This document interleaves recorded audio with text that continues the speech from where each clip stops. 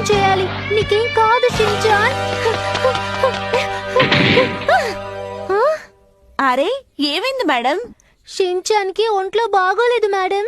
అలాగా, ఉండండి, నేను వెంటనే అంబులెన్స్ కు ఫోన్ చేస్తాను. అదేమి అక్కర్లేదు.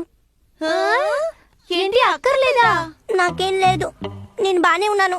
కడుపులో నొప్పి తగ్గిపోయింది. ఇప్పుడు బానే ఉంది కదా?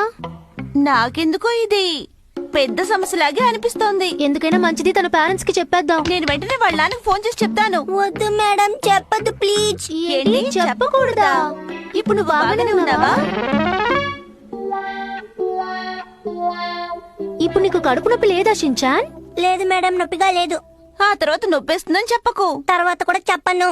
అయితే నువ్వు ఇప్పుడు రన్నింగ్ రేస్ లో పాల్గొనగలవా షించాన్?